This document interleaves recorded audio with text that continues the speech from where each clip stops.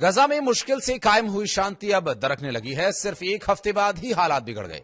नमस्कार, मैं हूं आशीष त्रिपाठी आपके साथ। रविवार को इजरायल ने गजा को भोजन और दवाइयों की मदद रोक दी और हवाई हमले शुरू कर दिए। वजह, हमास के लड़ाकों ने 2 इजरायली सैनिकों की हत्या कर दी और यह घटना यह बताती है कि युद्ध विराम कितना नाजुक था। संयुक्त अरब अमीरात और सऊदी अरब जैसे देशों ने साफ कह दिया कि जब तक हमास सत्ता में है वो गजा के पुनर्निर्माण के लिए एक भी पैसा नहीं देने वाले हैं। हमास की क्रूरता के चलते गजा के लोगों का भविष्य अभी अंधेरे में ही नजर आ रहा है, लेकिन पूरी जंग फिर शुरू होने की संभावना भी कम है। ट्रंप ने डील पर जो बात कही थी उसके बाद वो बात अब साबित हो रही है।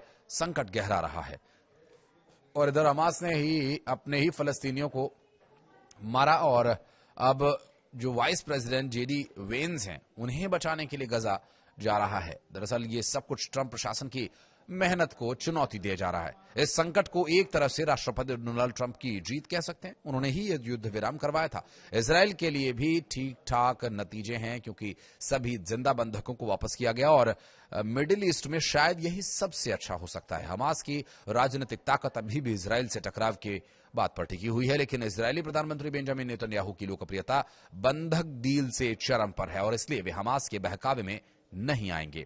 हमास इतना कमजोर हो चुका है कि इजराइल के लिए कोई बड़ा खतरा नहीं रह गया। अगले कई सालों तक यह समस्या हल की रहेगी। उपराष्ट्रपति जेडी वेंस मंगलवार से गुरुवार तक इजराइल के इलाके के उन दौरों की बात करेंगे जहां पर डील सही से चले और मंगलवार से गुरुवार तक इलाके का दौरा करने के बाद ये डील होने की संभावना है। और हमास अभी इतना दुर्बल है कि गजा पर अपनी पकड़ बनाए रखने के लिए ही उसने दूसरे फलस्तीनी गुटों को कुचला। 2007 में फतह से झड़प के बाद जैसा किया गया था वैसा ही फिर से शुरू हो गया। युद्ध विराम की स्याही सूखने से पहले ही हमास के गुंडे भूमिगत बिलों से बाहर निकले और यहां तरोताजा अच्छे से खाए पिए और साफ यूनिफॉर्म में दिखे। उन्होंने कम से कम 4 फलस्तीनी काबिले घोषित कर दिए जो कथित तौर पर इजराइल के साथ मिले हुए थे। वीडियो में हमास के अफसर बंधक हुए मर्दों को सड़क पर गोली मारते और चोरों के पैरों में तीर चलाते दिखाई दे रहे हैं और यह सब कुछ खुले में हो रहा है, लेकिन अंदरूनी कहानी और भयानक होगी। शनिवार को अमेरिकी विदेश विभाग ने चेतावनी दी कि हमास फलस्तीनी नागरिकों पर हमले का प्लान बना रहा है। गजा की सुरक्षा और युद्ध विराम से बचने के लिए कदम उठाए जाएंगे, लेकिन ये कैसे होगा ये साफ नहीं है। तुर्की और कतर जो युद्ध विराम के गारंटर हैं, भविष्य में फलस्तीनी राज्य में हमास की भूमिका क्या देखते हैं?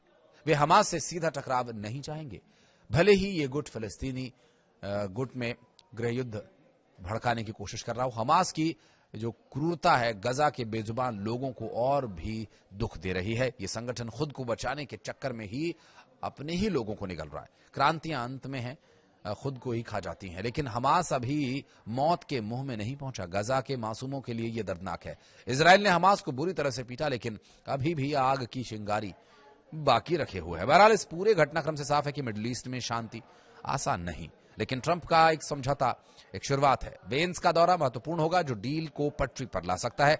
गजा के लोग चाहते हैं कि हमास जैसी हिंसा खत्म हो। क्या यह संभव होगा?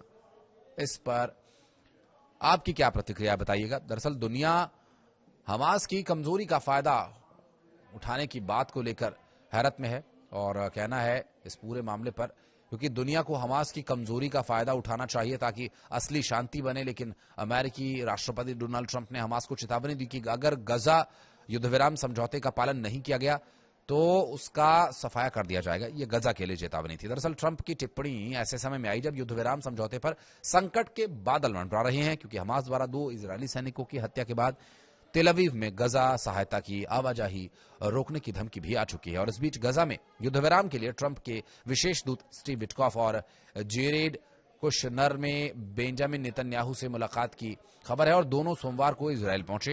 व्हाइट हाउस में ऑस्ट्रेलिया के प्रधानमंत्री एंथोनी एल्बनीज से मुलाकात के दौरान ट्रंप ने पत्रकारों से कहा, हमने हमास के साथ एक समझौता किया था कि वे बहुत अच्छे से रहेंगे, अच्छा व्यवहार करेंगे और अगर वे ऐसा नहीं करते हैं तो हम जाएंगे और जरूरत पड़ने पर सफाया कर देंगे। उनका सफाया हो जाएगा। और ये वो जानते हैं कि ट्रंप ने इस पर जोर देकर यह भी कहा कि अमेरिकी सेनाएं हमास के खिलाफ सीधे तौर पर कार्रवाई नहीं करेंगी। उन्होंने यह भी कहा कि दर्जनों अन्य देश जो गजा के लिए अंतर्राष्ट्रीय बल में शामिल होने पर सहमत हुए हैं, इसमें शामिल होना पसंद करेंगे। उन्होंने आगे कहा कि इसके अलावा अगर मैं इसराइल